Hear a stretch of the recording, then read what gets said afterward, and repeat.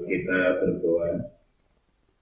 Bapa di surga, kami bersyukur masih bisa beribadah kepada Tuhan dalam segala keadaan, mengalami perjumpaan dengan Engkau, bersekutu dengan Engkau, mungkin sendiri, mungkin berdua, atau dalam komunitas kondisi COVID-19 pada saat ini.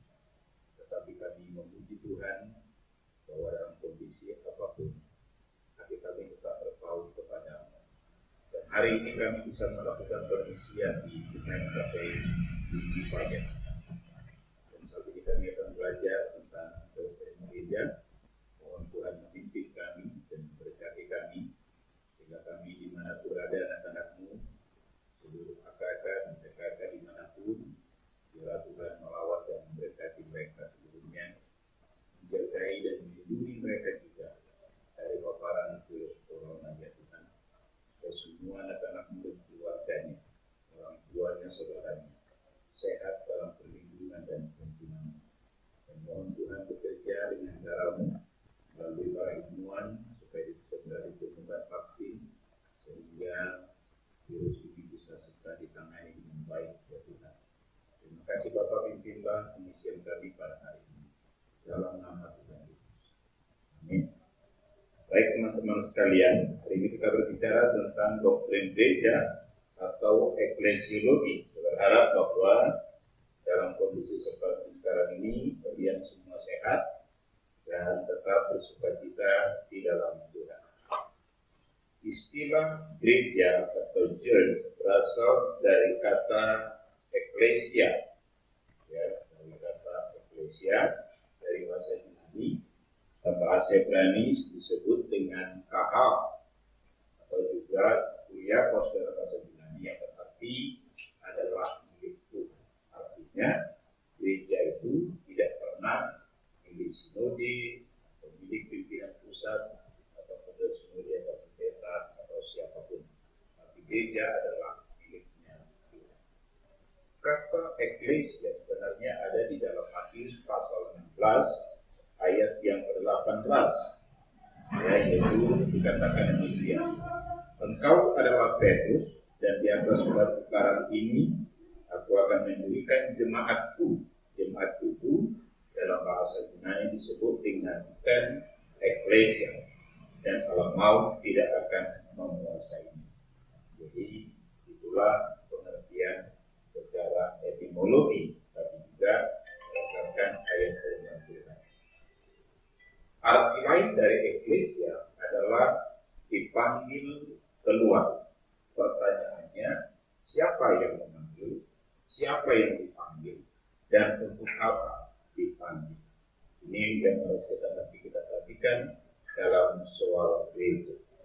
Kata kahal dipakai untuk mereka yang dipanggil keluar atau dikumpulkan oleh Allah sebagai umat kepunyaannya atau miliknya.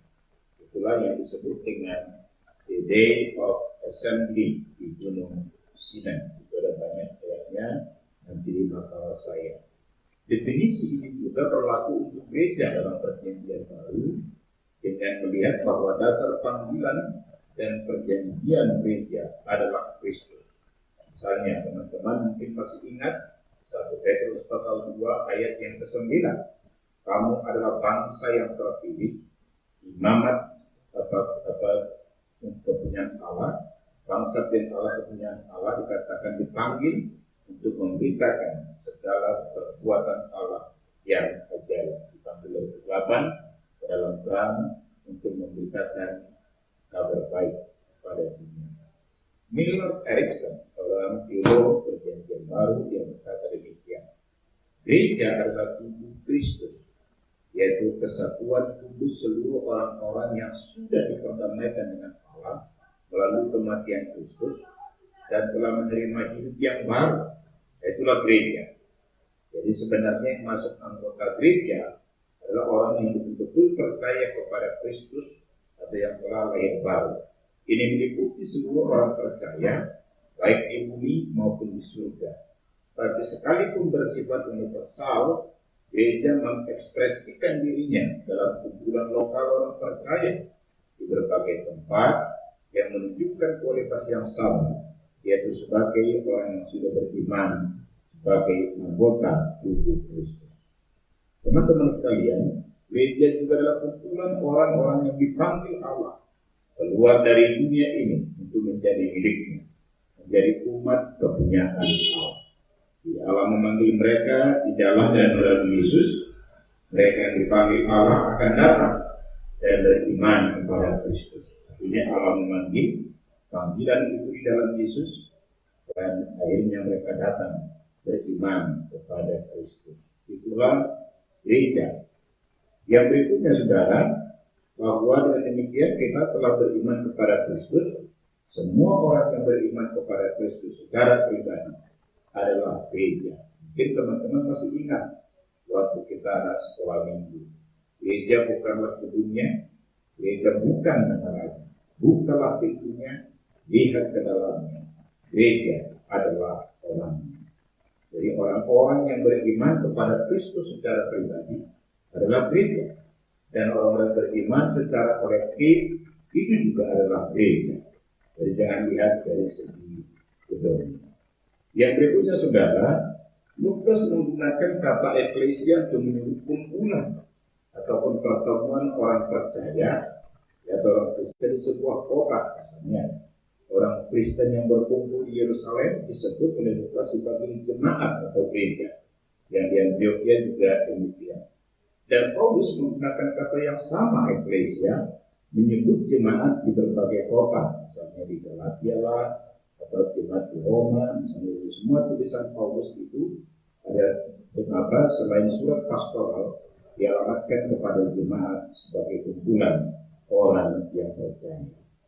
Lalu sedang menyeluruh disebutkan bagi kumpulan orang percaya yang tanpa dibatasi waktu dan tanpa dibatasi oleh tempat. Bahkan penulis Ibrani menggunakan kata gereja untuk orang percaya yang berada di surga. Ibrani pasal 12 ayat 23 misalnya.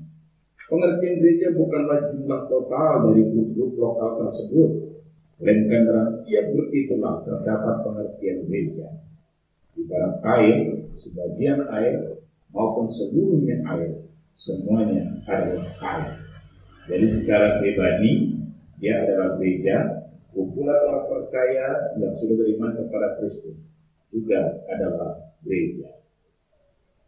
Jadi ada gereja lokal seperti gereja di Korintus misalnya atau di Medan, atau regional atau di seluruh Judea dan atau di Sumatera Utara. Tapi ada juga gereja universal, yaitu apa? Gereja di seluruh dunia yang terdiri atas semua orang beriman kepada Yesus yang ada di muka bumi ini. Maka dalam konsep ini teman-teman ada dua pengertian gereja. Pertama adalah gereja yang kelihatan atau visible church, yaitu adalah perkumpulan lokal orang Kristen yang disebut sebagai visible church. Dan perlu dicatat bahwa belum tentu semua orang yang tergabung dalam gereja adalah beriman. Tapi ketika ada kumpulan orang yang beriman kepada Kristus dan kelihatan orangnya, itu disebut dengan visible church yang tergabung, meskipun yang di dalam gereja belum tentu lain. Tuhan mengingatkan adanya lalang di tengah gandum misalnya. Bahkan Paulus pernah mengingatkan kemungkinan ada juga tidak pun penyakit palsu bisa lahir dari dalam gereja. Kisah Rasul 20 ayat 30. Yang kedua adalah gereja yang tidak kelihatan atau gereja yang disebut dengan invisible church, yaitu seluruh orang percaya adalah Tuhan Yesus sepanjang masa di seluruh daerah manapun atau di segala tempat. Dan inilah yang disebut dengan gereja yang tidak kelihatan. Gereja yang kelihatan dan gereja yang tidak kelihatan hanya menunjukkan dua aspek dari satu gereja, jadi bukan dua gereja yang berbeda. Gereja yang tidak kelihatan diaplikasikan pertama, yaitu gereja yang berjaya, yaitu menang perayaan, gereja yang ideal dan lengkap di akhir zaman. Bahkan juga dikatakan bahwa gereja di segala tempat yang tidak mungkin dilihat oleh manusia, dan Kalau kita perhatikan yang ketiga, gereja yang tidak kelihatan itu adalah tersembunyi saat hari kesesakan dan yang sangat terbatas akses pengukuran sakramen-sakramen, karena memang bukan dalam bentuk yang kelihatan. Ini beberapa hal saya angkat dan kita nanti akan bisa diskusi. Jadi kelihatan dapat dibedakan dalam dua aspek, yaitu apa?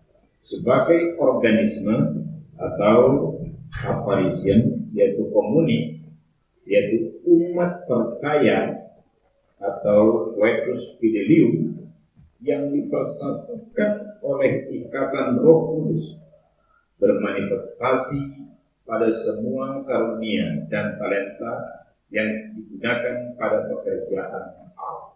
Itu gereja yang kelihatan sama. Yang ketiga adalah kawanan domba. Kiasan kawanan domba menekankan kesetiaan Allah memelihara umatnya dan melindungi mereka barang seorang pembawa yang setia. Yang ketiga, gereja dalam kiasan sebagai kerajaan, yaitu menekankan kedaulatan Allah sebagai raja yang bertahta dan memerintah di hati umatnya dan suatu tuntutan ketaatan umat kepadanya. Itulah soal kerajaan. Allah telah melepaskan kita dari kuasa kegelapan dan memindahkan kita dalam kerajaan anaknya yang terkasih, Kolose 1 ayat 13, dan Kristus memerintah di hati umat. Yang berikutnya, gereja sebagai dikiaskan dengan rumah tangga, yaitu menekankan keharmonisan dan persaudaraan antara Allah dengan umatnya. Dalam Kristus Allah melahirkan kita kembali yang menjadikan kita anak-anak Allah, dan kita yang percaya berseru kepada Allah, ya Abba, ya Bapa. Baru yang berikutnya adalah kiasan sebagai bangunan, menekankan inisiatif Allah di dalam Kristus merencanakan membangun satu umat untuk menjadi baik kediamannya.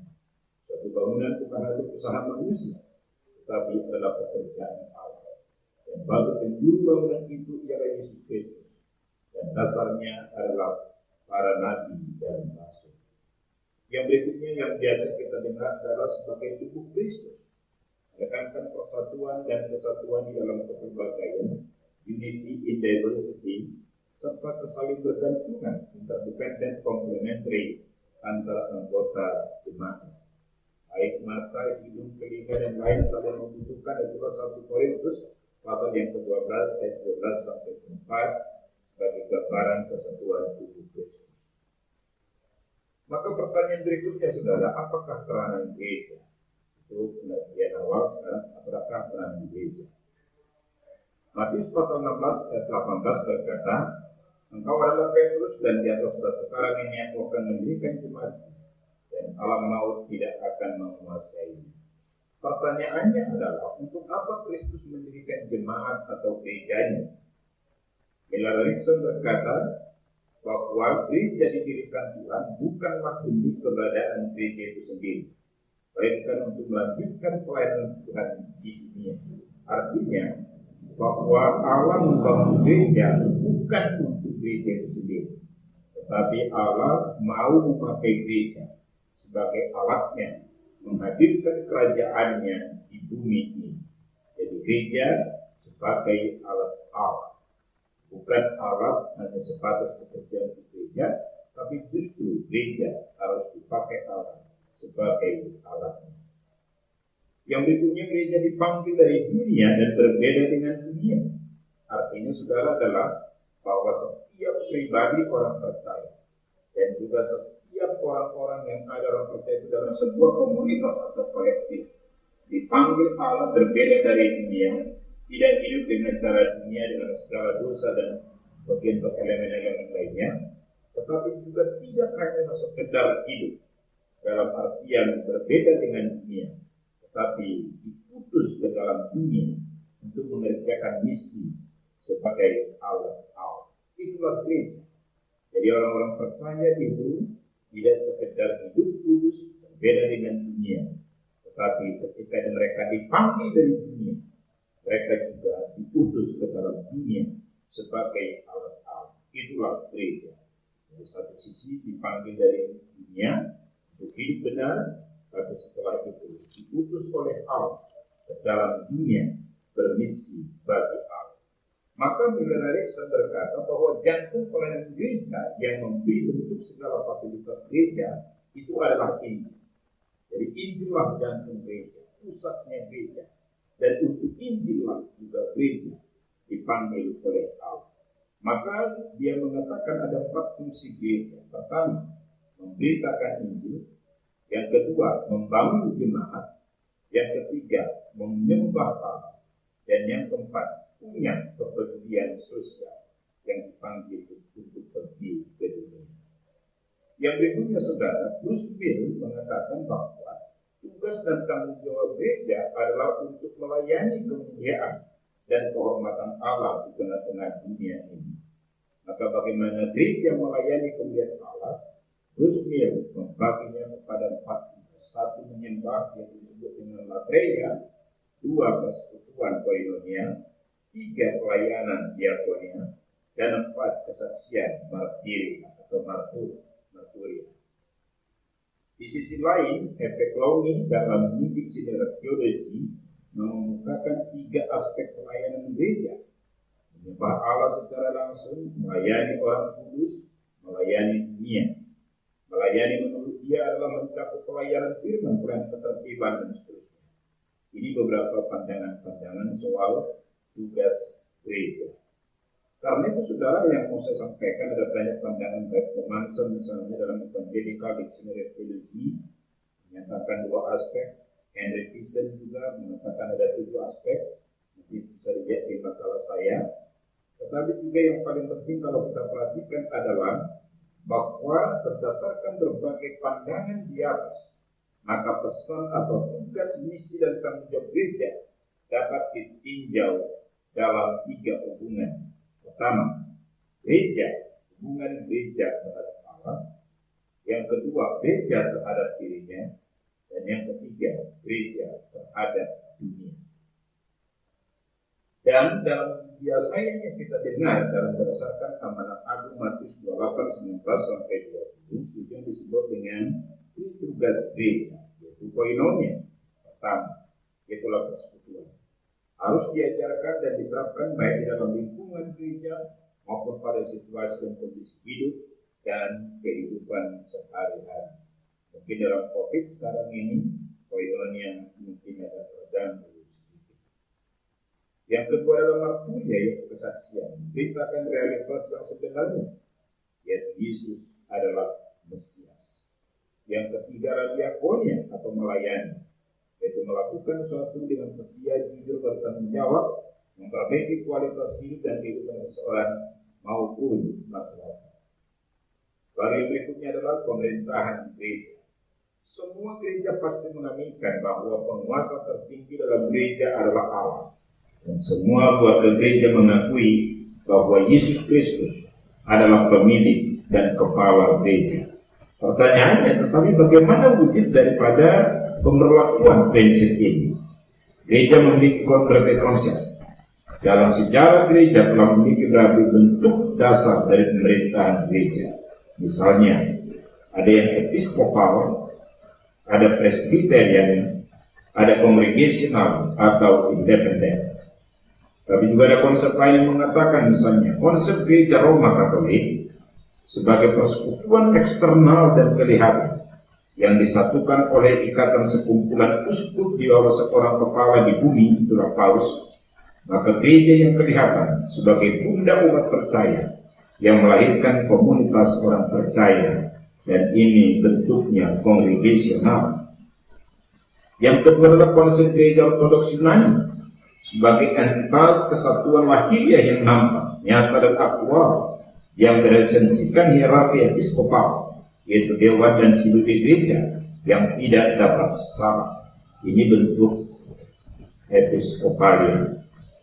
Yang ketiga adalah gereja Protestan sebagai komunitas umat percaya atau komunion sanctorum, gereja yang tidak kelihatan di bawah Kristus sebagai kepala, dijiwai oleh Roh Kudus, satu iman, satu harapan, satu raja, satu gantung kebenaran yang merefleksikan kemuliaan Allah. Ini pola prinsip Protestan. Tapi juga dikatakan ada sistem Erastian atau Erastus, yaitu eksistensi dan bentuk gereja ditetapkan oleh pemerintah sebagai gerejawi hanyalah petugas gerejawi hanyalah mengajar dan mengkhotbahkan firman tanpa berhak mengatur. Waktu itu ini banyak dianut oleh gereja-gereja Lutheran pada awalnya. Yang kedua adalah sistem episkopal itu. Kristus telah mempercayakan pemerintahan gereja secara langsung dan eksklusif pada suatu orde uskup wali gereja, dan ini juga dianut oleh Katolik sampai sekarang. Dan sistem kongregasional yaitu sistem yang bersifat independen. Kuasa pemerintah terletak di tangan anggota gereja. Petugas gereja hanya berperan sebagai pengajar dan penata lenyana. Lalu bentuk lain juga ada misalnya sistem presbiteria dengan prinsip paling mendasar yaitu Kristus sebagai kepala dan sumber segala otoritas. Otoritas Kristus dilaksanakan melalui firman-Nya. Gereja secara luas diberkati oleh kuasa Kristus dan pemelihara ajaran, ibadah dan disiplin gereja dikuasakan kepada anggota-anggota perwakilan gereja yang terpilih, dan kuasa gereja terutama berada pada gereja-gereja lokal. Ini beberapa yang terjadi. Tapi kalau kita lihat sekarang agak sulit kadang-kadang, kecuali gereja Roma Katolik itu masih tetap pakai sistem pemerintahan. Kalau mau dikatakan, apalagi dalam hal teologi ya, gereja-gereja sekarang juga nggak bisa lagi dikatakan murni Injili, murni karismatik atau pentakosta, atau murni Lutheran. Dan juga kalau kita lihat bentuk pemerintahan yang ada, rata-rata orang sekarang yang gereja-gereja yang Lutheran biasanya bentuk sinodal, dan gereja-gereja karismatik dan pentakosta dominan memakai prinsip independen, mandiri. Ya, baik. Yang berikutnya interdenominasi. Interdenominasi gereja bukanlah sebuah denominasi baru yang tidak pro pada denominasi tertentu.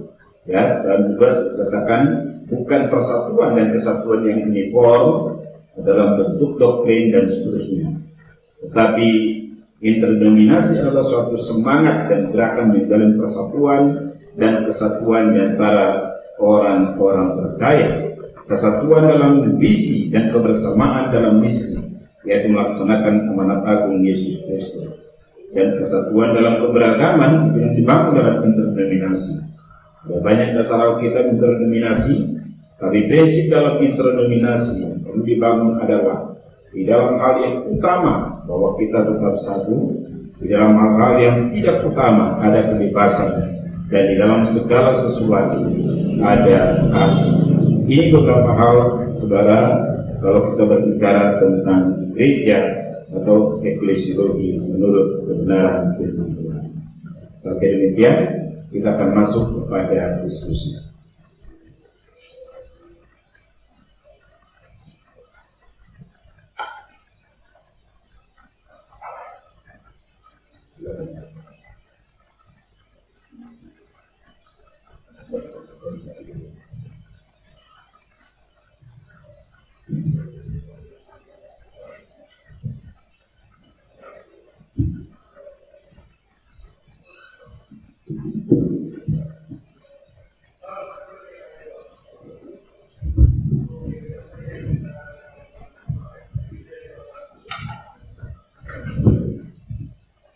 Terima kasih kami sudah menyampaikan tentang doktrin gereja. Dan teman-teman, saat ini kita akan masuk kepada sesi diskusi. Jadi beberapa hal bisa kita tanyakan untuk langsung dijawab oleh abang pembicara kita. Oke bang, jadi satu hal yang banyak kita tadi bahwa gereja itu adalah bukan gedungnya, tetapi orang-orang percaya, jadi orang-orang percaya yang hidup di dalam iman. Dari teman kita Kota Pati, ini ada pertanyaan bahwa jika gereja visible itu adalah tidak semua terdiri dari orang percaya, bagaimana pengertian misi boleh maksimal? Apakah gereja visible disebut sebagai eklesia? Misi itu kan bisa dalam misi gereja maksud saya bisa bersifat internal tapi juga eksternal. Yang ideal anggota gereja yang disebut anggota gereja yang ideal itu harus lahir baru. Tapi dalam realita kita harus mengaku juga tidak menutup mata bahwa warga gereja yang tentu lahir baru. Karena itu misi internal kita juga harus menjangkau dan memuridkan mereka supaya pada waktunya gereja itu bisa bermisi keluar. Tetapi juga kita seringkali bisa mengerjakan ini secara simultan. Maksud saya, kalau ditunggu juga nanti sempurna gereja itu, maka kita sampai kapan kita tidak akan pernah berbuat. Simultan, maka kita mengerjakan misi internal, tetapi juga mengerjakan misi Allah melalui gereja secara eksternal. Jadi kalau kita berbicara ideal, ya memang itu idealnya.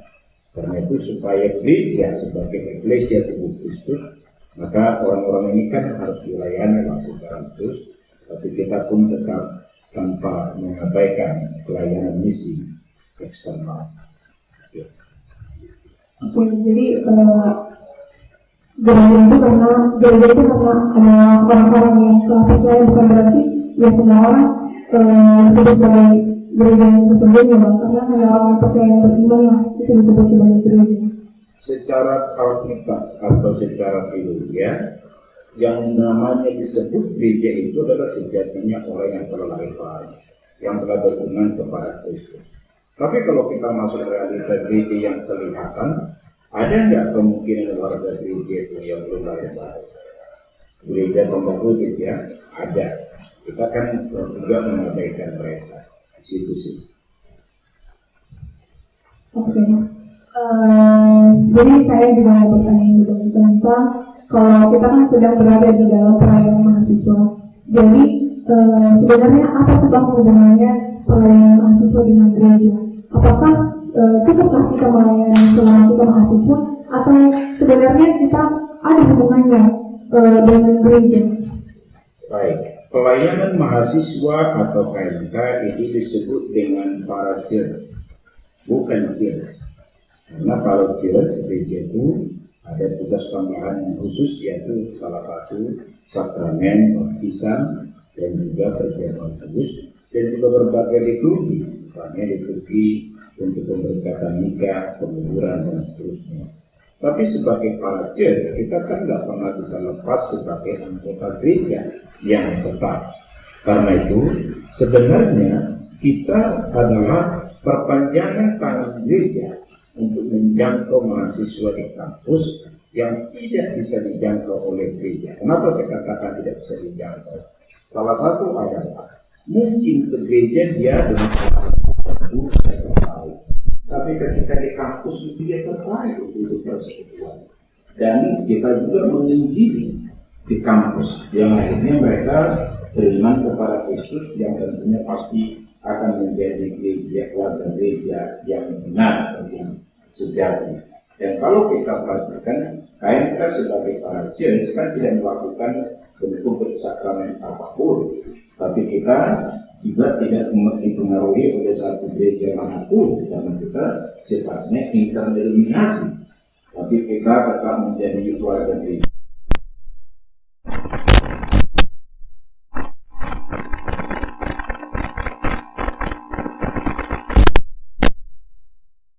Sebenarnya kita juga sedang melayani gereja, dan kita juga sedang mempersiapkan pemimpin para gereja. Karena apa? Orang-orang yang dibina di KMK, mereka bisa menjadi guru sekolah minggu yang baik, mereka bisa anggota pemuda gereja.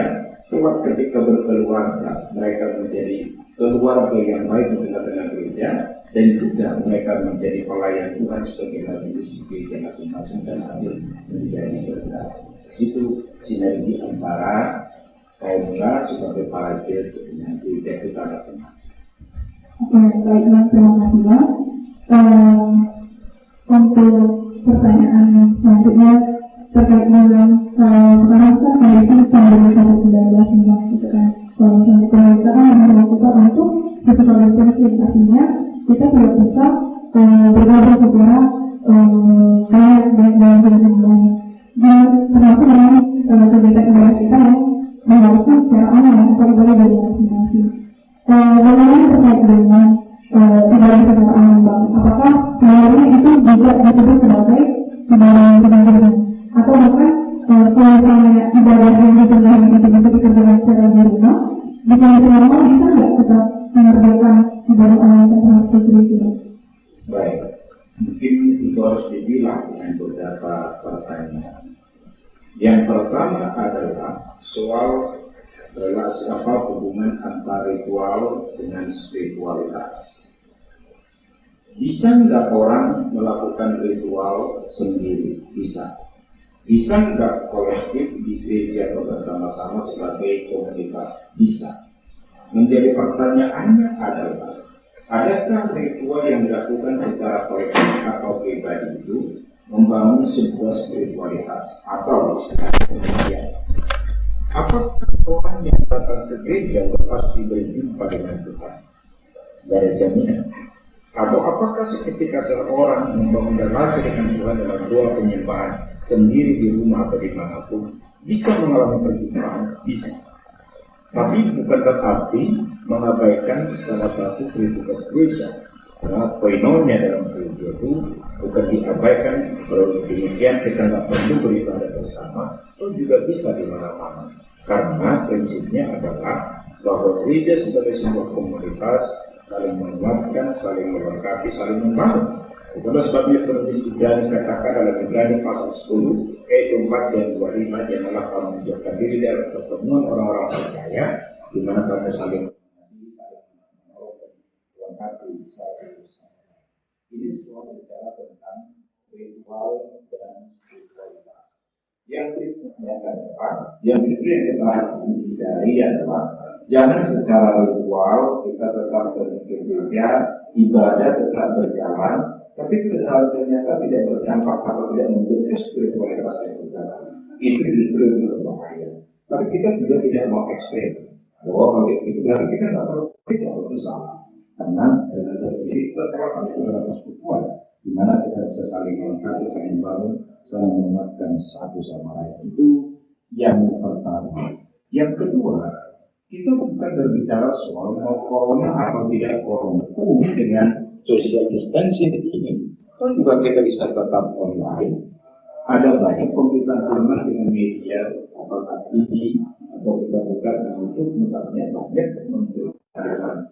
Jadi bukan soal karena COVID. Memang kondisi sekarang memang karena COVID. Itu bukan berarti COVID ini mematikan dinamika rohani dan pembinaan juga. Tapi kalau juga katakanlah, kalau COVID sudah selesai, boleh kita beribadah dengan lain bisa. Tetapi persoalannya perlu nggak kita kembali membangun sebuah ibadah dengan komunitas? Sangat diperlukan, sangat diperlukan. Jadi kita nggak boleh terlibat di dalam. Jangan penekanan soal ritual di dalam sebuah komunitas ibadah di gereja yang kelihatan dalam bentuknya, tapi mengabaikan perjumpaan dengan Tuhan. Tapi jangan juga ekstrim. Penting aku berjumpa restu dengan Tuhan. Akhirnya mengabaikan tersebut. Dua hal ini harus dihindari. Baik, terima kasih Bang. Dari yang kita tracing pasal itu ada pertanyaannya adalah bagaimana seharusnya kita mengenali sebagai orang yang percaya dengan kondisi banyaknya denominasi gereja saat ini? Kalau bicara soal denominasi kan didasarkan kepada dengan interdenominasi. Interdenominasi bukan mau menciptakan keseragaman, ya bukan mau menciptakan keseragaman, uniformity. Tapi yang perlu dibangun adalah unity in diversity, ya kesatuan di dalam keberbagian. Jadi selama kita di prinsip interdenominasi misalnya dibahas sebagai salah satu tubuh Kristus 1 Korintus pasal 12 ayat 13. Tetapi Yesus pasal yang keempat itu satu Allah, satu Tuhan, satu baptisan dan seterusnya. Artinya apa? Itu yang saya katakan bahwa bagaimana kita menyikapi silakan selama bahwa itu denominasi apapun itu doktrin dasar tetap Alkitabiah. Di dalam hal-hal yang tidak esensial itu bisa punya kebebasan. Makanya disebut in essential unity. Artinya apa? Kalau kita misalnya perhatikan lagu kita suka dinyanyikan di persekutuan, tetap pandang kau dari mana asal rasakan Kristus, itu artinya dalam hal-hal yang mendasar itu tidak boleh berbeda. Berbeda dari doktrin dasar yang bertentangan dengan Alkitab, dia bukan gereja lagi, dia meskipun dia pakai gereja. Jadi ada orang memakai gereja kadang-kadang besar negeri, gereja setan kan juga pakai gereja. Jadi bukan dalam hal seperti ini. Kalau kita menyikapi denominasi itu pertanyaannya, adakah masih tetap berdasarkan Al-Quran dalam hal prinsip-prinsip dasar? Kalau di dalam hal yang non esensial seperti itulah denominasi. Apa yang non esensial misalnya? Ada orang ketika bernyanyi beribadah suka berpegang, ada orang tidak suka. Ada orang suka berwafat, tidak suka. Dan ada orang yang menangis, ada orang yang tidak suka. Itu kan non esensial. Ya, jadi ada juga misalnya termasuk doktrin-doktrin yang tidak menjadi doktrin dasar misalnya. Bahwa ada gereja mengatakan harus ada penyembahan secara khusus, gereja tertentu mengatakan tidak. Atau katakanlah baptis adalah mengatakan harus baptis Islam, yang lain juga tidak mengatakan mereka harus cukup dibaptis bersih. Yang penting adalah yang selalu tidak menyalahkan yang wajib tidak menyalahkan. Penting adalah orang yang betul-betul beriman kepada Kristus dan dibaptis dalam nama Allah Tuhan. Dalam konsep ini kan ada kebebasan. Itu yang disebut dengan non essential liberty. Tapi dengan catatan satu hal lain, in all things charity, di dalam segala sesuatu kasih. Artinya dengan prinsip inilah kita membangun denominasi. Dengan berbagai denominasi yang ada sekarang, kita bisa memilihnya atau memilihnya, termasuk juga mengamatinya. Apakah tetap diberikan sesuai dengan firman Tuhan atau tidak? Soalnya gereja setan juga pakai nama gereja.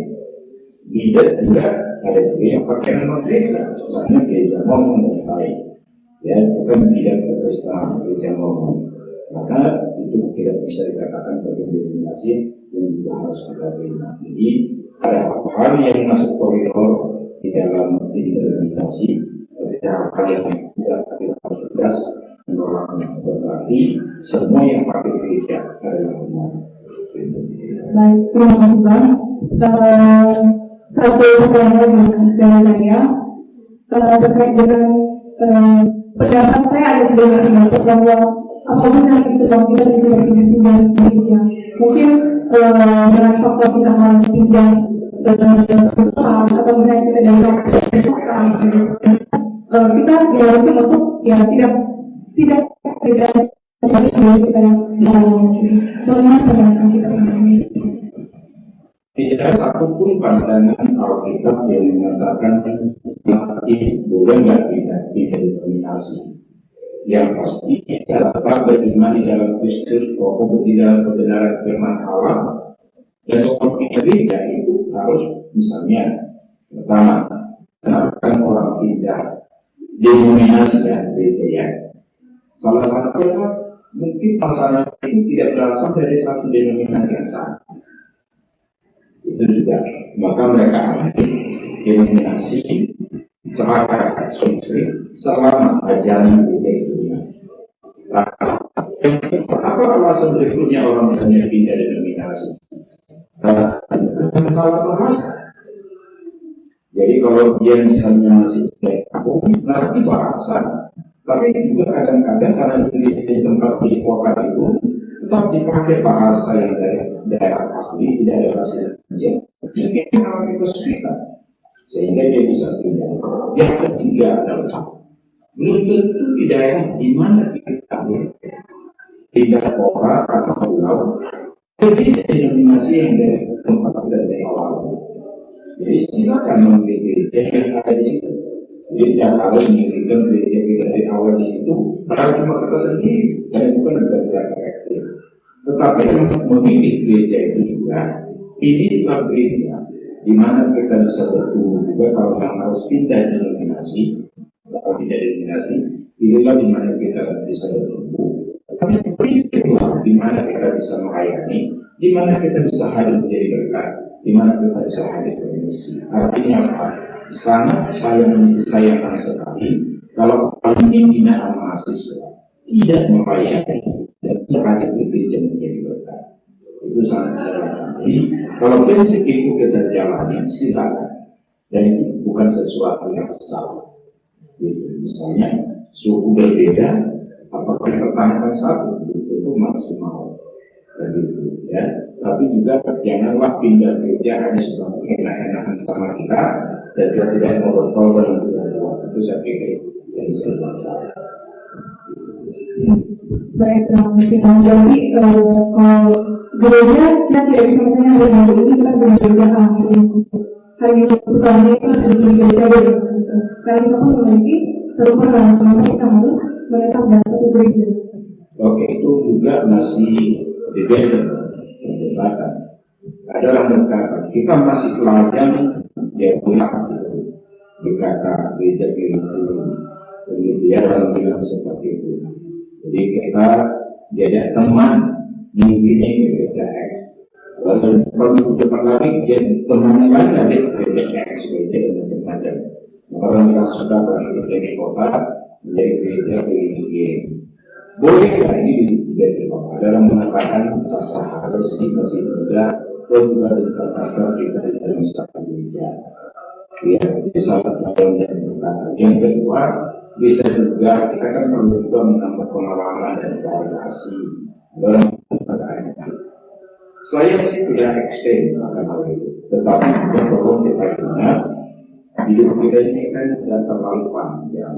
Sekalinya hidup kita, maka mari kita efektifkan hidup kita supaya kita bisa bertanya.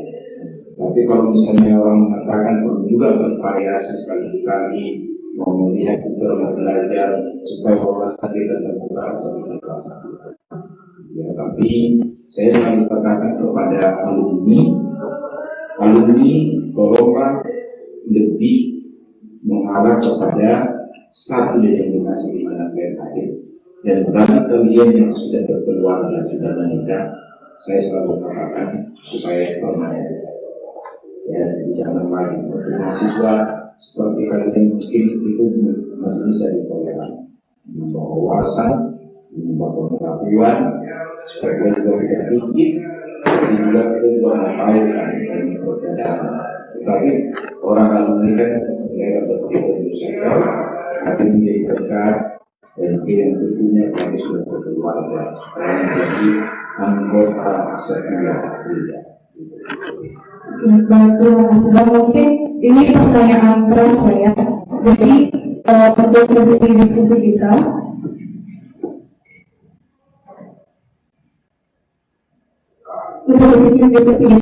akan terakhir sampai saat ini. Dan untuk Dokter Terima Sedang sudah untuk diskusi dan selanjutnya persilakan untuk pembelajaran lanjut bertemu. Baik, singkat kami 10 orang di dalam Kristus, kami dipanggil keluar dari kegelapan dan masuk ke dalam Tuhan, menjadi orang yang percaya kepada Kristus yang dilahirkan kembali, maka akan adalah gereja yang sejahtera.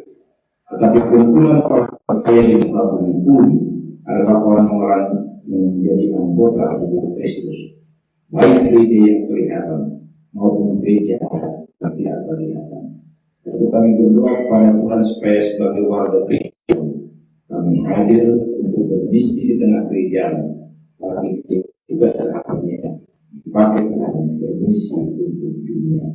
Kalau ada anggota gereja yang kami tahu mungkin sungguh-sungguh mengerti, berdoa kepadamu supaya gereja pun ditolong Tuhan melakukan misi internal sehingga semua warga gereja terlayani, semua warga gereja menikmati anugerah keselamatanmu, dan semua warga gereja akhirnya bertumbuh. Maka pada waktunya atau secara simultan bahwa gereja bermisi secara ekstra dipakai alat sebagai alatmu mengambilkan kerjaan, beritakan Injil di tengah-tengah dunia ini. Gereja dipanggil dari dunia, begitu berbeda dengan dunia, tetapi diutus oleh Allah ke dalam dunia sebagai alat misi manusia Allah. Jadi tolong kami khususnya anak-anak para mahasiswa supaya menjadi anggota gereja yang sejati juga dengan hal baru, kami juga menjadi anggota gereja dengan denominasi di mana mereka hadir menjadi berkat setelah diberkati oleh Tuhan. Jadikan MK adalah sebagai sarana bagi kami untuk menginjili dan memberikan mahasiswa. Dan pada gilirannya, kami juga harus kembali ke gereja, menjadi anggota yang setia, melayani sebagai seorang ibu di pemuda ataupun majelis, bahwa kami sebagai para church, sebagai alat Tuhan dipakai membangun gereja dan bermisi dari gereja. Itulah kehadiran gereja pada dunia. Terima kasih Tuhan dalam nama Yesus. Amin. Kita berdoa. Bapa di surga, kami bersyukur masih bisa beribadah kepada Tuhan dalam segala keadaan, mengalami perjumpaan dengan Engkau, bersekutu dengan Engkau, mungkin sendiri, mungkin berdua, atau dalam komunitas kondisi COVID-19 pada saat ini. Tetapi kami memuji Tuhan bahwa dalam kondisi apapun, hati kami tetap berpaut kepada-Mu. Dan hari ini kami bisa melakukan pengisian di KPI di Pajak. Dan saat ini kami akan belajar tentang doktrin gereja. Mohon Tuhan memimpin kami dan memberkati kami, sehingga kami dimanapun berada anak-anak-Mu, seluruh AKK dan PKK dimanapun, bila Tuhan melawat dan memberkati mereka seluruhnya, menjagai dan melindungi mereka juga dari paparan virus corona, ya Tuhan.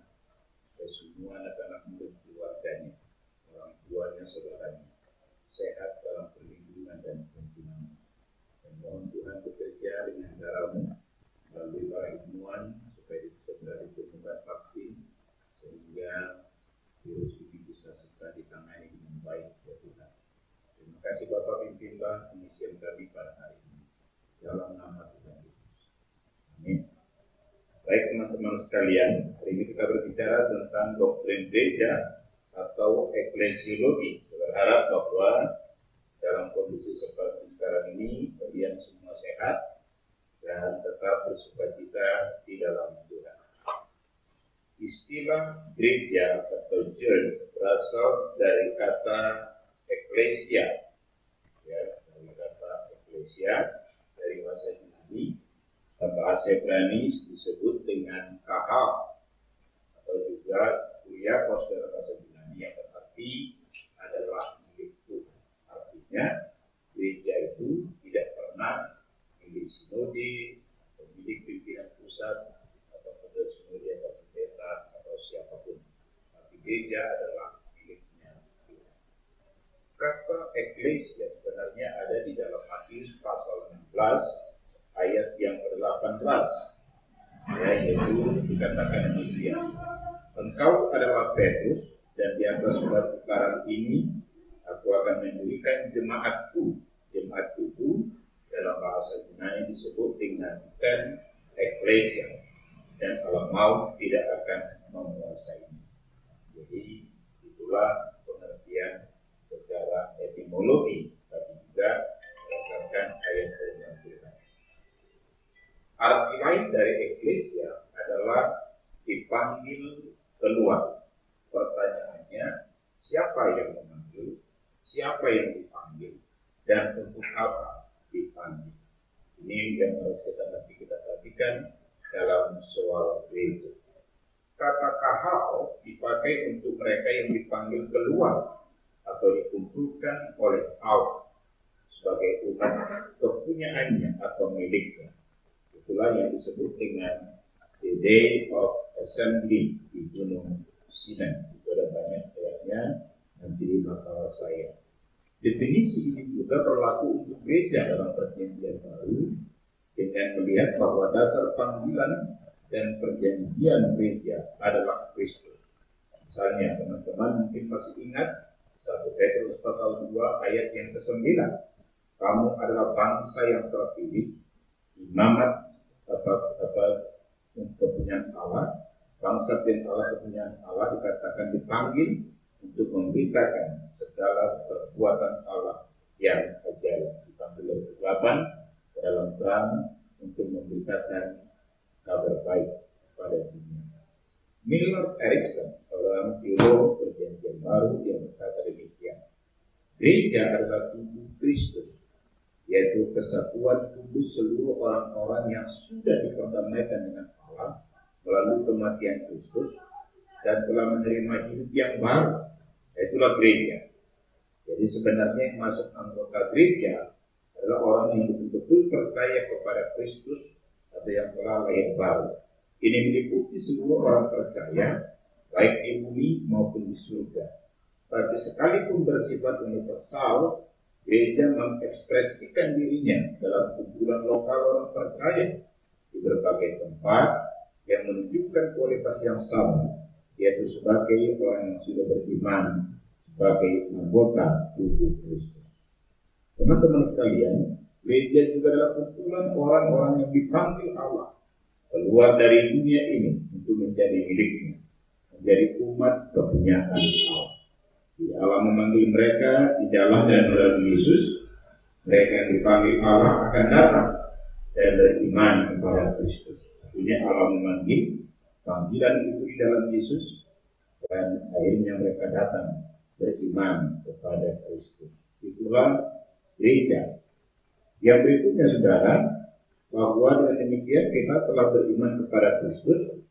Semua orang yang beriman kepada Kristus secara pribadi adalah gereja. Mungkin teman-teman masih ingat waktu kita anak sekolah minggu, gereja bukanlah gedungnya, gereja bukan negaranya, bukalah pintunya, lihat ke dalamnya. Gereja adalah orangnya. Jadi orang-orang yang beriman kepada Kristus secara pribadi adalah gereja, dan orang-orang beriman secara kolektif itu juga adalah gereja. Jadi jangan lihat dari segi gedung.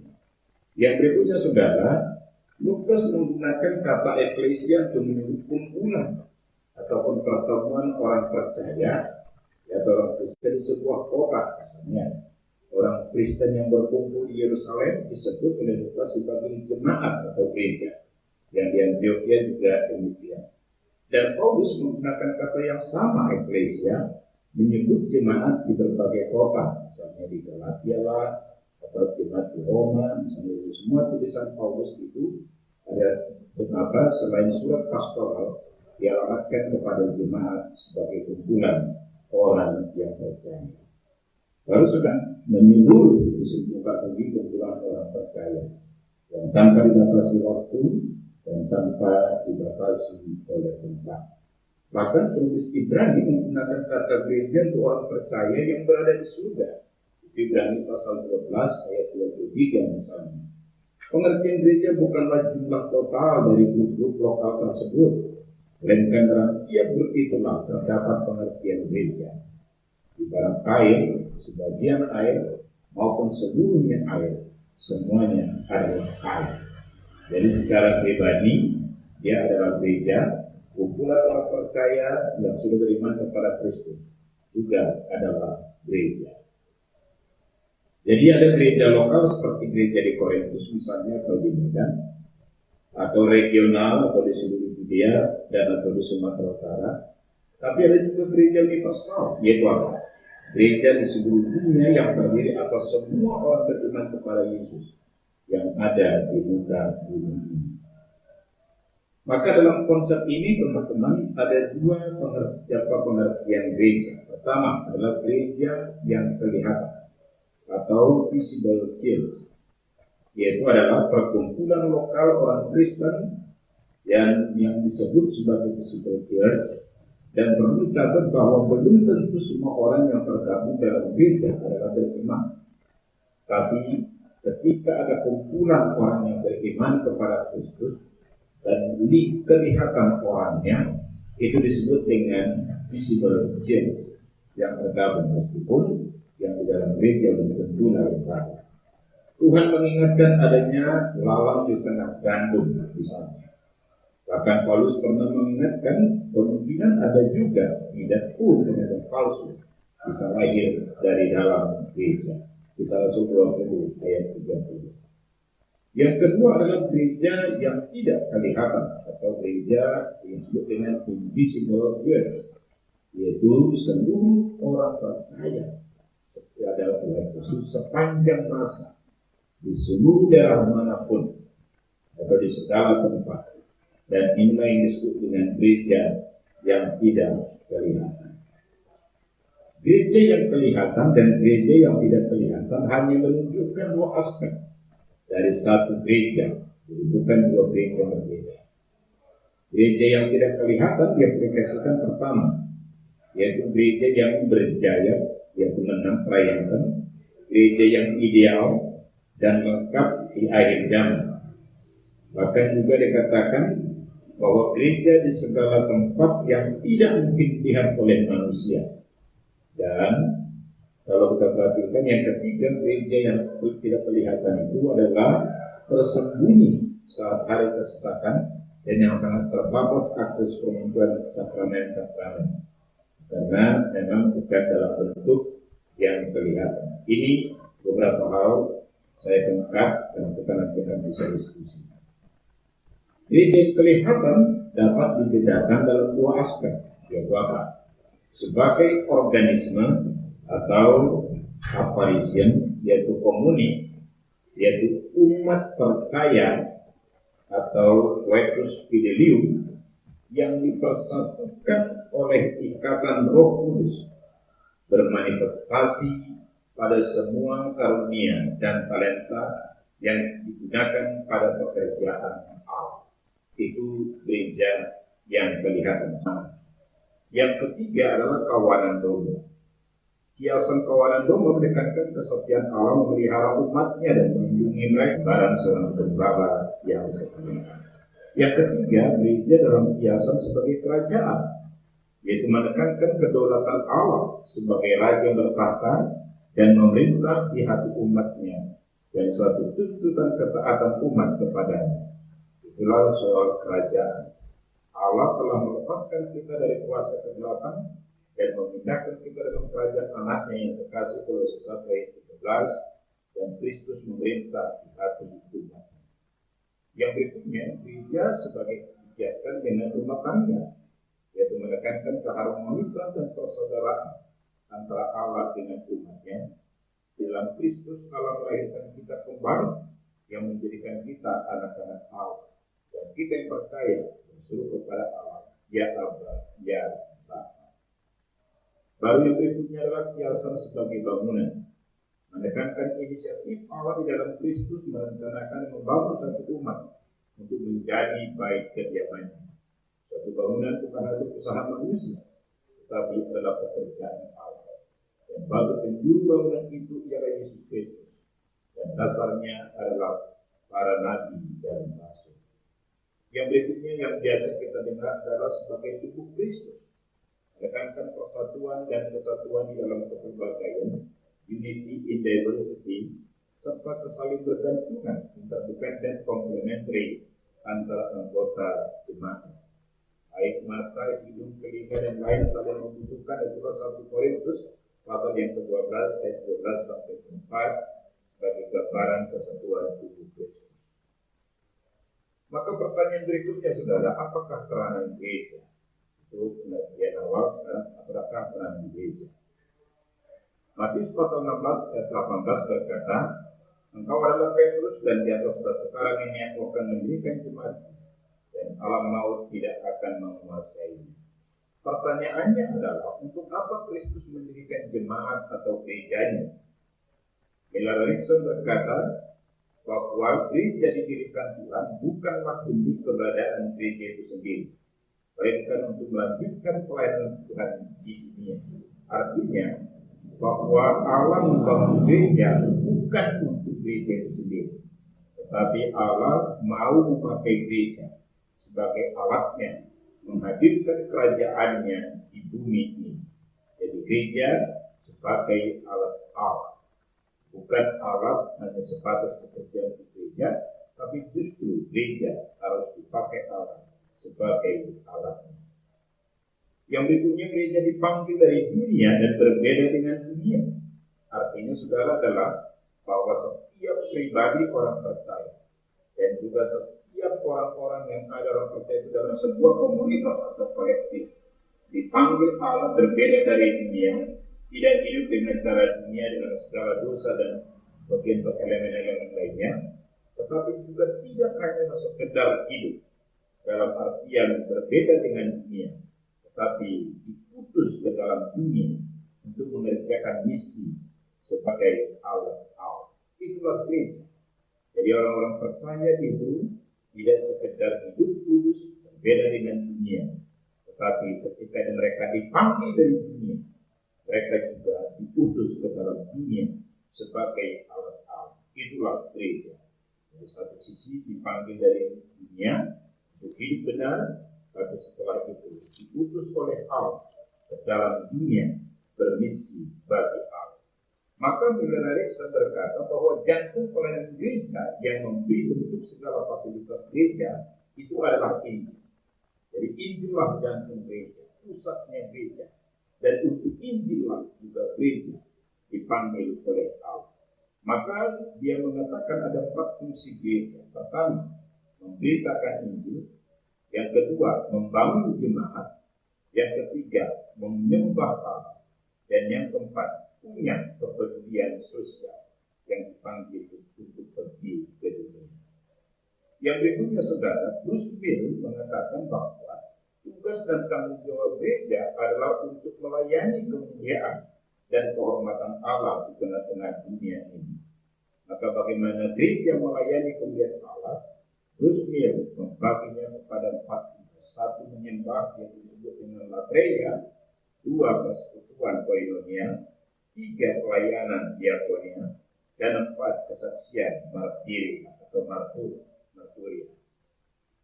Di sisi lain, efek Lowney dalam New Dictionary Theology mengemukakan 3 aspek pelayanan gereja: menyembah Allah secara langsung, melayani orang kudus, melayani dunia. Melayani menurut dia adalah mencakup pelayanan firman, pelayanan ketertiban, dan seterusnya. Ini beberapa pandangan-pandangan soal tugas gereja. Karena itu, saudara, yang mau saya sampaikan ada banyak pandangan, baik Romanson misalnya dalam Evangelical Dictionary Theology menyatakan 2 aspek. Henry Thyssen juga mengatakan ada 7 aspek. Nanti bisa dilihat di makalah saya. Tetapi juga yang paling penting kalau kita perhatikan adalah bahwa berdasarkan berbagai pandangan di atas, maka pesan atau tugas, misi, dan tanggung jawab gereja dapat ditinjau dalam 3 hubungan. Pertama, gereja, hubungan gereja terhadap Allah. Yang kedua, gereja terhadap dirinya. Dan yang ketiga, gereja terhadap dunia. Dan dalam biasanya yang kita dengar dalam berdasarkan amanat Agung Matius 28:19-20 itu yang disebut dengan tugas gereja, yaitu koinonia. Pertama, itulah persekutuan. Harus diajarkan dan diterapkan baik di dalam lingkungan gereja maupun pada situasi dan kondisi hidup dan kehidupan sehari-hari. Mungkin dalam COVID sekarang ini, koinonia mungkin ada terganggu sedikit. Yang kedua adalah marturia, yaitu kesaksian. Beritakan realitas yang sebenarnya, yaitu Yesus adalah Mesias. Yang ketiga adalah diakonia atau melayani, yaitu melakukan sesuatu dengan setia, jujur, bertanggung jawab, memperbaiki kualitas hidup dan kehidupan seseorang maupun masyarakat. Lalu yang berikutnya adalah pemerintahan gereja. Semua gereja pasti mengaminkan bahwa penguasa tertinggi dalam gereja adalah Allah. Dan semua keluarga gereja mengakui bahwa Yesus Kristus adalah pemilik dan kepala gereja. Pertanyaannya, tetapi bagaimana wujud daripada pemberlakuan prinsip ini? Gereja memiliki berbagai konsep. Dalam sejarah gereja telah memiliki berbagai bentuk dasar dari pemerintahan gereja. Misalnya, ada yang episkopal, ada presbyterian, ada congregational atau independen. Tapi juga ada konsep lain yang mengatakan, misalnya konsep gereja Roma Katolik sebagai persekutuan eksternal dan kelihatan yang disatukan oleh ikatan sekumpulan uskup di bawah seorang kepala di bumi, itulah Paus. Maka gereja yang kelihatan sebagai pundak umat percaya yang melahirkan komunitas orang percaya, dan ini bentuknya kongregasional. Yang kedua adalah konsep gereja ortodoks Yunani sebagai entitas kesatuan lahiriah yang nampak, nyata, dan aktual yang teresensikan hierarki episkopal, yaitu dewan dan sinode gereja yang tidak dapat sah. Ini bentuk episkopalian. Yang ketiga adalah gereja Protestan sebagai komunitas umat percaya atau komunion sanctorum, gereja yang tidak kelihatan di bawah Kristus sebagai kepala, dijiwai oleh Roh Kudus, satu iman, satu harapan, satu raja, satu benteng kebenaran yang merefleksikan kemuliaan Allah. Ini pola prinsip Protestan. Tapi juga dikatakan ada sistem Erastian atau Erastus, yaitu eksistensi dan bentuk gereja ditetapkan oleh pemerintah. Sebagai gerejawi hanyalah petugas gerejawi hanyalah mengajar dan mengkhotbahkan firman tanpa berhak mengatur. Waktu itu ini banyak dianut oleh gereja-gereja Lutheran pada awalnya. Yang kedua adalah sistem episkopal itu. Kristus telah mempercayakan pemerintahan gereja secara langsung dan eksklusif pada suatu orde uskup wali gereja, dan ini juga dianut oleh Katolik sampai sekarang. Dan sistem kongregasional yaitu sistem yang bersifat independen. Kuasa pemerintah terletak di tangan anggota gereja. Petugas gereja hanya berperan sebagai pengajar dan penata legal. Lalu bentuk lain juga ada misalnya sistem presbiteria dengan prinsip paling mendasar yaitu Kristus sebagai kepala dan sumber segala otoritas. Otoritas Kristus dilaksanakan melalui firman-Nya. Gereja secara luas diberkati oleh kuasa Kristus, dan pemelihara ajaran, ibadah, dan disiplin gereja dikuasakan kepada anggota-anggota perwakilan gereja yang terpilih, dan kuasa gereja terutama berada pada gereja-gereja lokal. Ini beberapa yang terjadi. Tapi kalau kita lihat sekarang agak sulit kadang-kadang, kecuali gereja Roma Katolik itu masih tetap pakai sistem pemerintahan. Kalau mau dikatakan, apalagi dalam hal teologi, gereja-gereja sekarang juga nggak bisa lagi dikatakan murni Injili, murni karismatik atau pentakosta, atau murni Lutheran. Dan juga kalau kita lihat bentuk pemerintahan yang ada, rata-rata orang sekarang yang gereja-gereja yang Lutheran biasanya bentuk sinodal, dan gereja-gereja karismatik dan pentakosta dominan memakai prinsip independen, mandiri, ya. Baik, yang berikutnya interdenominasi. Interdenominasi gereja bukanlah sebuah denominasi baru yang tidak pro pada denominasi tertentu, ya, dan juga dikatakan bukan persatuan dan kesatuan yang uniform dalam bentuk doktrin dan seterusnya. Tetapi interdenominasi adalah suatu semangat dan gerakan menjalin persatuan dan kesatuan di antara orang-orang percaya, kesatuan dalam visi dan kebersamaan dalam misi, yaitu melaksanakan amanat agung Yesus Kristus, dan kesatuan dalam keberagaman yang dibangun dalam interdenominasi. Ada banyak dasar Alkitab interdenominasi, tapi prinsip dalam interdenominasi yang perlu dibangun adalah di dalam hal yang utama bahwa kita tetap satu, di dalam hal-hal yang tidak utama ada kebebasan, dan di dalam segala sesuatu ada kasih. Ini beberapa hal, saudara, kalau kita berbicara tentang gereja atau eklesiologi menurut kebenaran firman Tuhan. Oke, demikian kita akan masuk kepada diskusi.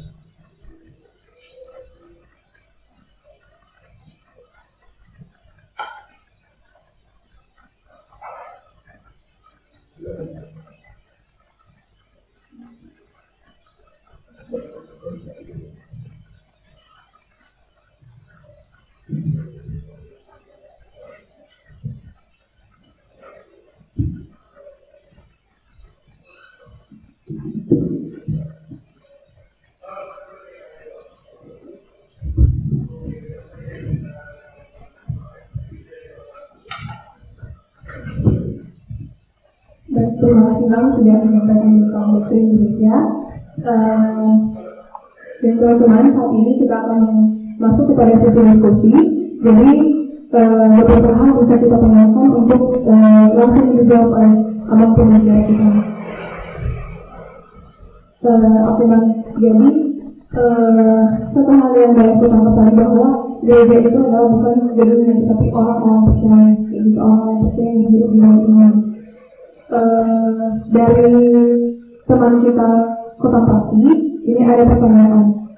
bahwa jika gereja visible itu adalah tidak semua terdiri dari orang percaya, bagaimana pengertian misi boleh maksimal? Apakah gereja visible disebut sebagai eklesia? Baik.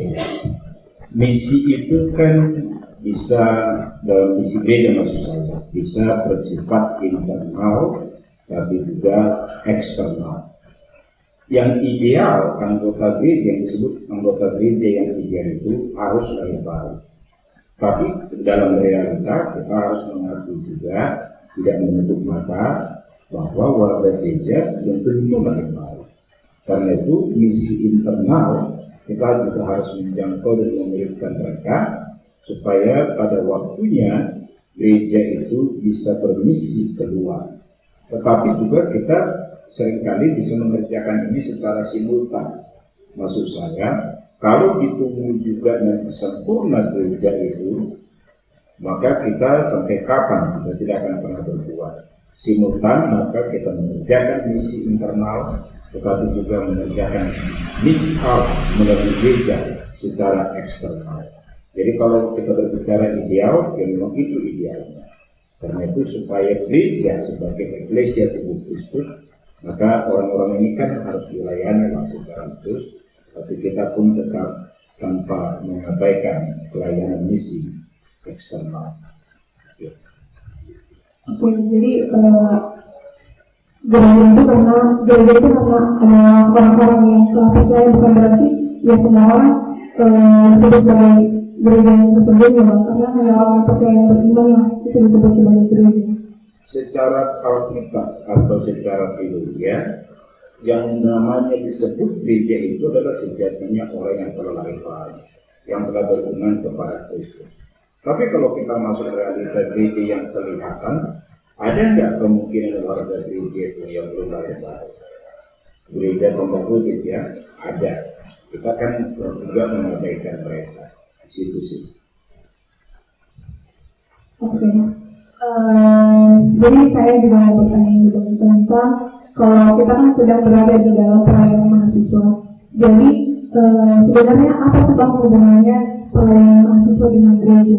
Apakah cukupkah kita melayani selama kita mahasiswa, atau sebenarnya kita ada hubungannya dengan gereja? Baik, pelayanan mahasiswa atau KMK itu disebut dengan para church, bukan church. Karena para church gereja itu ada tugas tambahan yang khusus, yaitu salah satu sakramen baptisan dan juga perjamuan kudus dan juga berbagai liturgi, misalnya liturgi untuk pemberkatan nikah, penguburan dan seterusnya. Tapi sebagai para church kita kan nggak pernah bisa lepas sebagai anggota gereja yang tetap. Karena itu sebenarnya kita adalah perpanjangan tangan gereja untuk menjangkau mahasiswa di kampus yang tidak bisa dijangkau oleh gereja. Kenapa saya katakan tidak bisa dijangkau? Salah satu adalah mungkin ke gereja dia dengan satu tertarik, tapi ketika di kampus dia tertarik untuk persekutuan. Dan kita juga menginjili di kampus yang akhirnya mereka beriman kepada Kristus, yang tentunya pasti akan menjadi gereja, warga gereja yang benar dan yang sejati. Dan kalau kita perhatikan, KMK sebagai para church kan tidak melakukan bentuk bersakramen apapun, tapi kita juga tidak dipengaruhi oleh satu gereja manapun, karena kita sifatnya interdenominasi, tapi kita tetap menjadi warga gereja.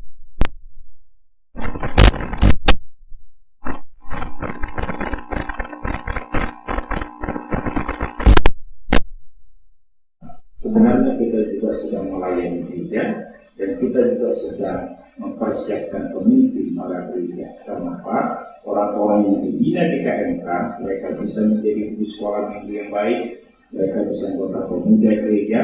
Ketika berkeluarga, mereka menjadi keluarga yang baik di tengah-tengah gereja, dan juga mereka menjadi pelayan Tuhan sebagai misi gereja masing-masing dan hadir menjadi berkat.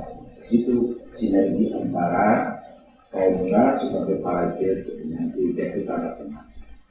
Oke, baik, terima kasih bang. Untuk pertanyaan selanjutnya terkait dengan sekarang kan kondisi pandemi COVID-19 ini gitu kan. Kalau misalnya pemerintah kan melakukan untuk physical distancing, artinya kita tidak bisa bergabung secara banyak dalam jumlah yang banyak. Dan termasuk dengan kegiatan ibadah kita yang dilakukan secara online atau ibadah dari masing-masing. Bagaimana terkait dengan ibadah secara online, Bang? Apakah sebenarnya itu juga disebut sebagai ibadah kesantunan? Atau bahkan kalau misalnya ibadah yang disengaja itu bisa dikerjakan secara di rumah, di kondisi normal bisa nggak kita mengerjakan ibadah online yang harus seperti itu? Baik, mungkin itu harus dibilang dengan beberapa pertanyaan.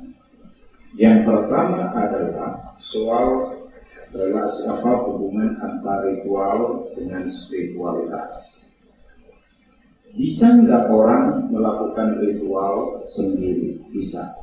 Bisa nggak kolektif di gereja atau bersama-sama sebagai komunitas? Bisa. Menjadi pertanyaannya adalah, adakah ritual yang dilakukan secara kolektif atau pribadi itu membangun sebuah spiritualitas atau kemudian? Apakah orang yang datang ke gereja pasti berjumpa dengan Tuhan? Tidak ada jaminan. Atau apakah seketika seorang membangun relasi dengan Tuhan dalam doa penyembahan sendiri di rumah atau dimanapun bisa mengalami perjumpaan? Bisa. Tapi bukan berarti mengabaikan salah satu tugas gereja. Karena koinonia dalam gereja itu bukan diabaikan. Kalau demikian kita tidak perlu beribadah bersama, itu juga bisa di mana-mana. Karena prinsipnya adalah bahwa gereja sebagai sebuah komunitas saling menguatkan, saling melengkapi, saling membangun. Itulah sebabnya penulis Ibrani katakan dalam Ibrani pasal 10 ayat 4 dan 25, janganlah kamu menjauhkan diri dari pertemuan orang-orang percaya, di mana kamu saling melengkapi satu sama lain. Ini semua bicara tentang ritual dan spiritualitas. Yang berikutnya adalah yang justru yang kita hindari adalah jangan secara ritual kita tetap pergi ke gereja, ibadah tetap berjalan, tapi ternyata tidak berdampak atau tidak membentuk spiritualitas yang berjalan. Itu justru yang berbahaya. Tapi kita juga tidak mau ekstrem. Bahwa kalau itu berarti kita tidak perlu kerja itu salah. Karena itu sendiri kita salah satu adalah persekutuan, di mana kita bisa saling melengkapi, saling bangun, saling menguatkan satu sama lain. Itu yang pertama. Yang kedua, kita bukan berbicara soal mau corona atau tidak corona. Dengan social distancing ini, kan juga kita bisa tetap online. Ada banyak pemberitaan dengan media, apakah TV atau kita buka di YouTube misalnya, banyak menunjukkan. Jadi bukan soal karena COVID. Memang kondisi sekarang memang karena COVID. Itu bukan berarti COVID ini mematikan dinamika rohani dan pembinaan kita. Tapi kalau juga katakanlah, kalau COVID sudah selesai, apakah boleh kita berbagi dengan lain? Bisa. Tetapi persoalannya perlu nggak kita kembali membangun sebuah ibadah dengan komunitas? Sangat diperlukan, sangat diperlukan. Jadi kita tidak boleh terbuka tidak. Jangan penekanan soal ritual di dalam sebuah komunitas ibadah di gereja yang kelihatan dalam betul, tapi mengabaikan perjumpaan dengan Tuhan. Tapi jangan juga ekstrim, penting aku berjumpa dengan Tuhan. Akhirnya mengabaikan tersebut. Dua hal ini harus dihindari. Baik, terima kasih Bang. Dari yang kita terapin pasal itu, ada pertanyaannya adalah bagaimana seharusnya kita mengenali sebagai orang yang percaya dengan kondisi banyaknya denominasi gereja saat ini? Kalau bicara soal denominasi kan didasarkan kepada dengan interdenominasi. Interdenominasi bukan mau menciptakan keseragaman, ya bukan mau menciptakan keseragaman, uniformity. Tapi yang perlu dibangun adalah unity in diversity, ya kesatuan di dalam keberagaman. Jadi selama kita di prinsip interdenominasi misalnya dibahas sebagai salah satu tubuh Kristus 1 Korintus pasal 12 ayat 13, tetapi Yesus pasal yang keempat itu satu Allah, satu Tuhan, satu baptisan dan seterusnya. Artinya apa? Itu yang saya katakan bahwa Bagaimana kita menyikapi? Silakan. Selama bahwa gereja itu denominasi apapun itu, doktrin dasar tetap Alkitabiah. Di dalam hal-hal yang tidak esensial itu kita bisa punya kebebasan. Makanya disebut in essential unity. Artinya apa? Kalau kita misalnya perhatikan lagu kita suka dinyanyikan di persekutuan, tetap pandang kau dari zaman asal rasakan Kristus, itu artinya dalam hal-hal yang mendasar itu tidak boleh berbeda. Berbeda dari doktrin dasar yang bertentangan dengan Alkitab, dia bukan gereja lagi, dia gereja meskipun dia pakai gereja. Jadi berhak orang memakai gereja kadang-kadang bisa gereja setan kan juga pakai gereja. Jadi bukan dalam hal seperti ini. Kalau kita menyikapi denominasi itu pertanyaannya, adakah masih tetap berdasarkan Alkitab dalam hal prinsip-prinsip dasar? Kalau di dalam hal yang non esensial seperti liberty, itulah denominasi. Apa yang non esensial misalnya? Ada orang ketika bernyanyi beribadah suka berperkara, ada orang tidak suka. Ada orang suka berlompat, tidak suka. Dan ada orang yang menangis, ada orang yang tidak suka. Itu kan non esensial. Ya, jadi ada juga misalnya termasuk doktrin-doktrin yang tidak menjadi doktrin dasar misalnya. Bahwa ada gereja mengatakan harus ada penyembahan secara khusus, gereja tertentu mengatakan tidak. Atau katakanlah baptis adalah mengatakan harus baptis Islam, yang lain juga tidak mengatakan mereka harus cukup dibaptis percik. Yang penting adalah yang selalu tidak menyalahkan yang dipercik tidak menyalahkan. Yang penting adalah orang itu betul-betul beriman kepada Kristus dan dibaptis dalam nama Allah Tritunggal. Dalam konsep ini kan ada kebebasan. Itu yang disebut dengan non essential liberty. Tapi dengan catatan satu hal lain, in all things charity, di dalam segala sesuatu kasih. Artinya dengan prinsip inilah kita membangun denominasi. Dengan berbagai denominasi yang ada sekarang, kita bisa memilihnya atau memilahnya, termasuk juga mengamatinya. Apakah tetap diberikan sesuai dengan firman Tuhan atau tidak? Soalnya gereja setan juga pakai nama gereja. Tidak juga ada juga yang pakai nama gereja. Misalnya gereja Mormon dan lain. Ya, bukan tidak berkesan gereja Mormon. Maka itu tidak bisa dikatakan sebagai denominasi yang juga harus kita terima. Jadi ada hal yang masuk koridor di dalam denominasi, ada hal yang tidak kita harus tegas menolaknya. Berarti semua yang pakai gereja adalah benar. Baik, terima kasih Bang. Satu pertanyaan dari saya terkait dengan pendapat saya ada beberapa pendapat bahwa apabila itu kita bisa berpindah gereja, mungkin dengan faktor kita harus pindah dengan kebutuhan atau misalnya kita dari kita diharuskan untuk ya tidak dari kita yang bagaimana pandangan kita ini? Tidak ada satupun pandangan Alkitab yang mengatakan boleh nggak tidak denominasi. Yang pasti kita tetap beriman di dalam Kristus, kokoh di dalam kebenaran firman Allah, dan seperti gereja itu harus misalnya pertama, kenapa orang pindah denominasi dan gereja ya? Salah satunya mungkin pasangan itu tidak berasal dari satu denominasi yang sama. Itu juga maka mereka alami denominasi celaka sumsri selama ajaran gereja itu. Nah, apa alasan berikutnya orang misalnya pindah denominasi? Masalah bahasa.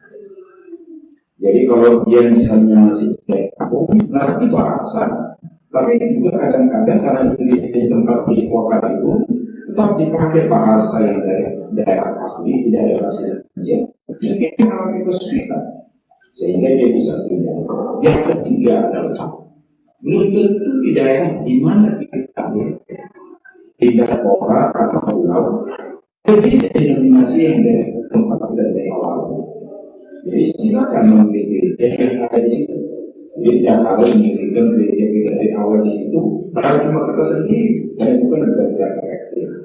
Tetapi dalam memilih gereja itu juga, pilihlah gereja di mana kita bisa bertumbuh juga. Kalau yang harus pindah denominasi, atau tidak denominasi, pilihlah di mana kita bisa bertumbuh. Tapi pilihlah di mana kita bisa melayani, di mana kita bisa hadir menjadi berkat, di mana kita bisa hadir bermisi. Artinya apa? Di sana saya disayangkan sekali kalau ini binaan mahasiswa tidak melayani dan tidak hadir di gereja menjadi berkat. Itu sangat disayangkan. Jadi kalau prinsip itu kita jalani, silakan. Dan itu bukan sesuatu yang salah. Gitu. Misalnya suku berbeda, apakah pertahankan satu itu maksimal, gitu ya. Tapi juga janganlah pindah gereja hanya sebagai enak-enakan sama kita dan kita tidak mau bertobat dalam Tuhan. Itu saya pikir yang bisa masalah. Baik, terima kasih. Jadi kalau gereja kita tidak bisa misalnya hari ini kita punya gereja hari ini setelah ini kita ada di gereja gitu. Karena kita pun memiliki serupa dengan kenapa kita harus menetap dalam satu gereja. Oke, itu juga masih perdebatan. Ada orang berkata kita masih pelajar dia punya berkata gereja itu begitu ya, orang bilang seperti itu. Jadi kita diajak teman minggu ini ke gereja X, lalu kalau depan lagi jadi teman yang lain nanti gereja X, gereja dan macam-macam. Orang yang sudah berada di kota menjadi gereja Y. Boleh nggak ini diberi? Ada yang mengatakan sah-sah harus masih muda, atau juga dikatakan kita di dalam satu gereja. Ya, itu salah satu yang berkata. Yang kedua, bisa juga kita kan perlu juga menambah pengalaman dan variasi. Dalam pertanyaan, saya sih tidak ekstrem akan hal itu, tetapi juga perlu kita ingat hidup kita ini kan tidak terlalu panjang. Sekali yang hidup kita, maka mari kita efektifkan hidup kita supaya kita bisa bertanya. Tapi kalau misalnya orang mengatakan perlu juga bervariasi sekali-sekali, mau melihat juga mau belajar supaya wawasan kita terbuka seperti salah. Ya, tapi saya selalu katakan kepada alumni tolonglah lebih mengarah kepada satu denominasi di mana kalian hadir. Dan bagi kalian yang sudah berkeluarga, sudah menikah, saya selalu katakan supaya permanen. Ya, jangan lagi untuk mahasiswa seperti kalian mungkin itu masih bisa ditoleran, menambah wawasan, menambah pengetahuan, supaya kita juga tidak rigid, tapi juga kita juga mengetahui dari perbedaan. Tetapi orang alumni kan mereka berpikir berusaha, tapi menjadi berkat dan yang tentunya kami sudah berkeluarga supaya menjadi anggota setia gereja. Baik, terima kasih. Dan mungkin ini pertanyaan terakhir ya. Jadi untuk sesi diskusi kita,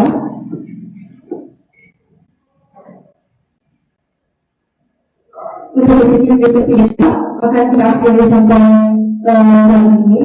Dan untuk bangkit terima kasih yang sudah untuk diskusi dan selanjutnya persilakan untuk pembelajaran lanjut berikutnya. Baik, singkat kami 10 orang di dalam Kristus, kami dipanggil keluar dari kegelapan dan masuk ke dalam Tuhan, menjadi orang yang percaya kepada Kristus yang dilahirkan kembali, maka akan adalah gereja yang sejahtera. Tetapi kumpulan orang percaya di muka bumi adalah orang-orang menjadi anggota tubuh Kristus, baik gereja yang kelihatan maupun gereja yang tidak kelihatan.